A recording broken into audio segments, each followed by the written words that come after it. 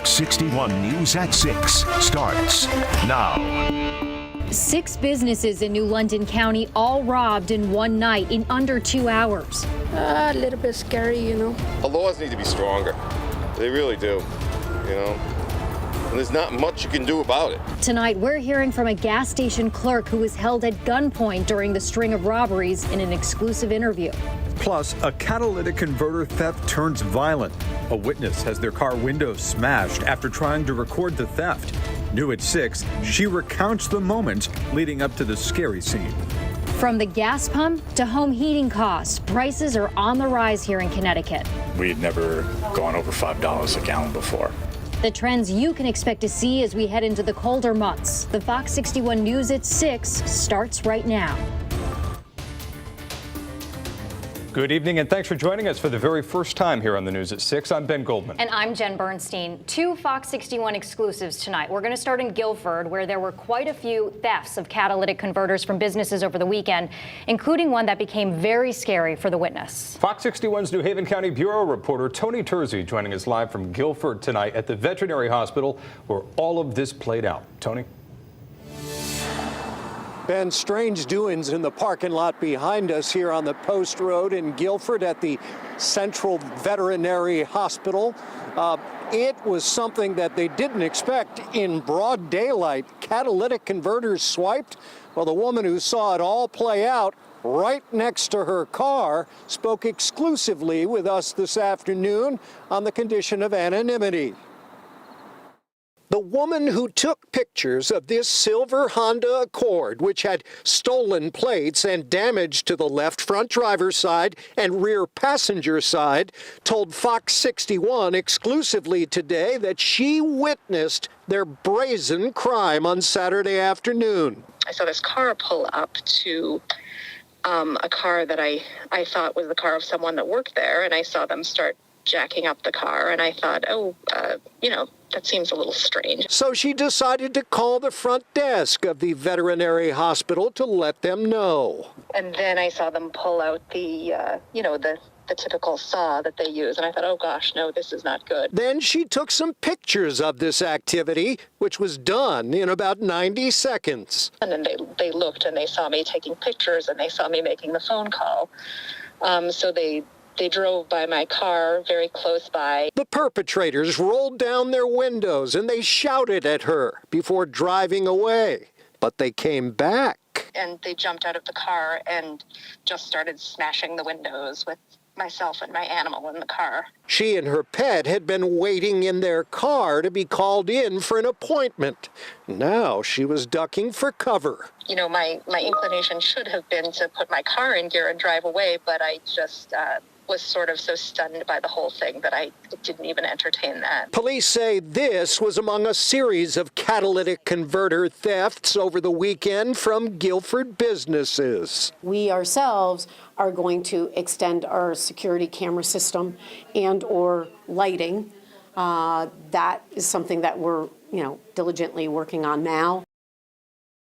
And police across the state say avoid any interaction with anyone. When you see a crime in progress, call 911 immediately and let the cops deal with the rest. And police say with regard to catalytic converters, you can help to protect your own, whether it's a business vehicle or your own personal vehicle. Just reach out to your mechanic and they can help you with ways to protect your valuable property.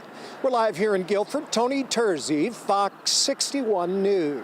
All right, Tony, thank you. Moving on, new tonight, police believe a series of robberies happening in New London County on Friday are all connected. In a matter of hours, a convenience store, a marketplace, a smoke shop, and 3 gas stations got hit. Fox 61's Julia LeBlanc shares exclusive video from the moment it all took place at one of the stores. 6 businesses in New London County all robbed in one night in less than 2 hours. This gas station here in Groton is one of those places, and the clerk is sharing that very moment it happened with us. A little bit scary, 21-year-old Mohammed Tayyib wasn't working the night someone came in and stole at least $1,500, but their boss was. I scared a little bit. He didn't work at Saturday. On Friday night, a man held him at gunpoint and stole from him. The whole thing caught on camera. You can see the owner complying with the suspect and handing over the money, a lesson he gave his employees right after. Just tell him, take it easy and take it whatever you want. The same man, police believe, is connected to a series of other robberies happening on the same night in neighboring towns. The laws need to be stronger. They really do, you know, and there's not much you can do about it.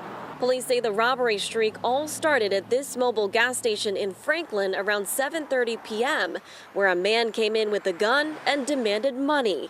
Less than 20 minutes later, the same thing happened at a gas station in Norwich, then a smoke shop in Waterford, a convenience store in Groton, another gas station in Stonington, and finally, a market in Ledyard.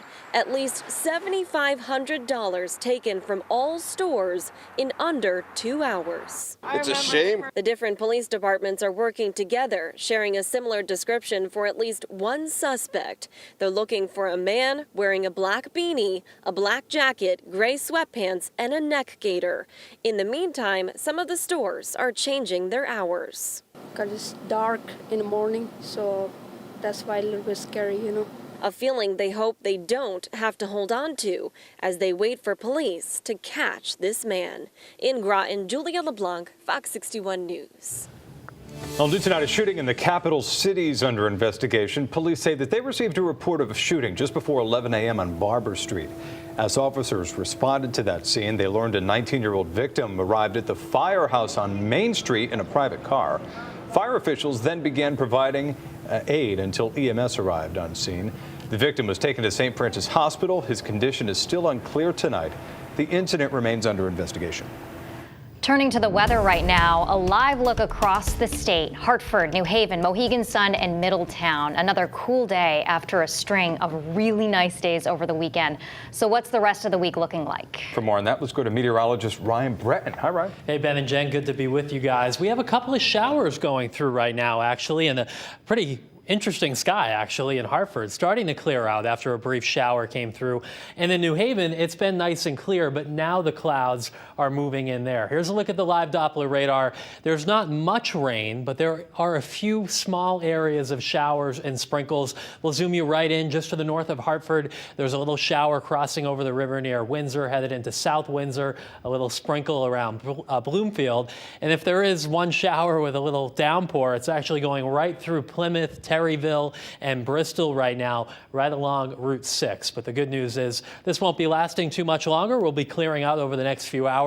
And by morning, it will be on the cool side. Upper 30s in our chilliest towns, lower to mid 40s everywhere else. And then we have a beautiful day ahead tomorrow. After a clear, cool start, we'll have sunshine from start to finish with temperatures tomorrow afternoon back up into the mid and upper 60s. We do have some rain and maybe some wind, too, coming later in the week. We'll time all that out coming up in just a little while.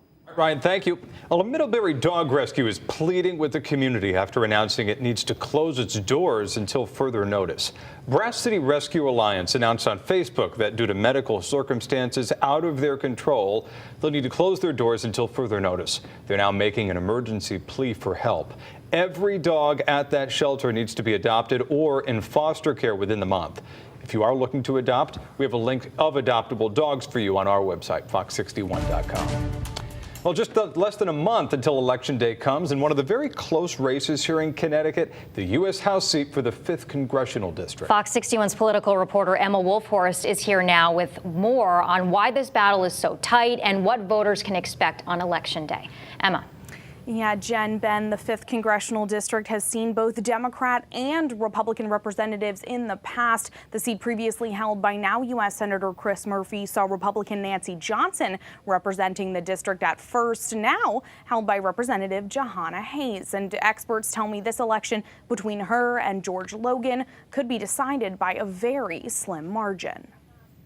It's really the last congressional district that you could call a swing district in Connecticut, and no surprise, it's a competitive race. Incumbent Jahana Hayes is seeking another term against Republican challenger George Logan. Right now, Hayes is viewed as the most vulnerable of Connecticut's 5 House representatives, with 2 election forecasts describing this race a toss-up. the best issue for Democrats is abortion. And right now, that's not the easiest issue for the Democrats to use in the 5th District. Last week, Vice President Kamala Harris visited Central Connecticut State University for a discussion about reproductive rights. But Hayes claims this visit was not campaign business. Others see it differently. When the vice president comes to your district to have a conference on reproductive rights, it's about the election. McLean says this visit could help energize Democrat voters, but in a race where both candidates label themselves pro-choice, abortion rights might not be the ace Democrats need. This issue is real and important for so many in our state.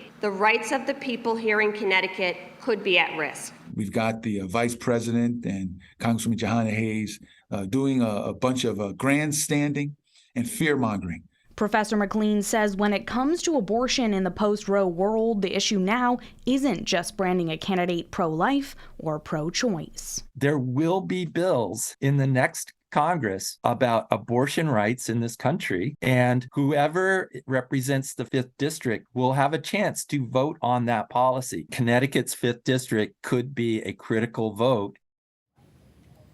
Last week, Logan told me if elected, he would not support a federal abortion ban. But analysts say the real question is, would candidates vote yes to codifying Roe versus Wade into federal law? Logan says he supports a woman's right to choose, but with restrictions, which could make that answer trickier. Live in the newsroom, Emma Wolforst, Fox 61 News. All right, Emma, thank you. And looking ahead to tomorrow, the jury hearing the defamation suit against conspiracy theorist Alex Jones is set to resume deliberations. This comes after they completed their first full day of deliberating on Friday. They did not reach a verdict before the weekend on how much the Sandy Hook victims should receive in compensation. There is no limit on damages for hurtful and unscrupulous business practices under the trade practices law in Connecticut. So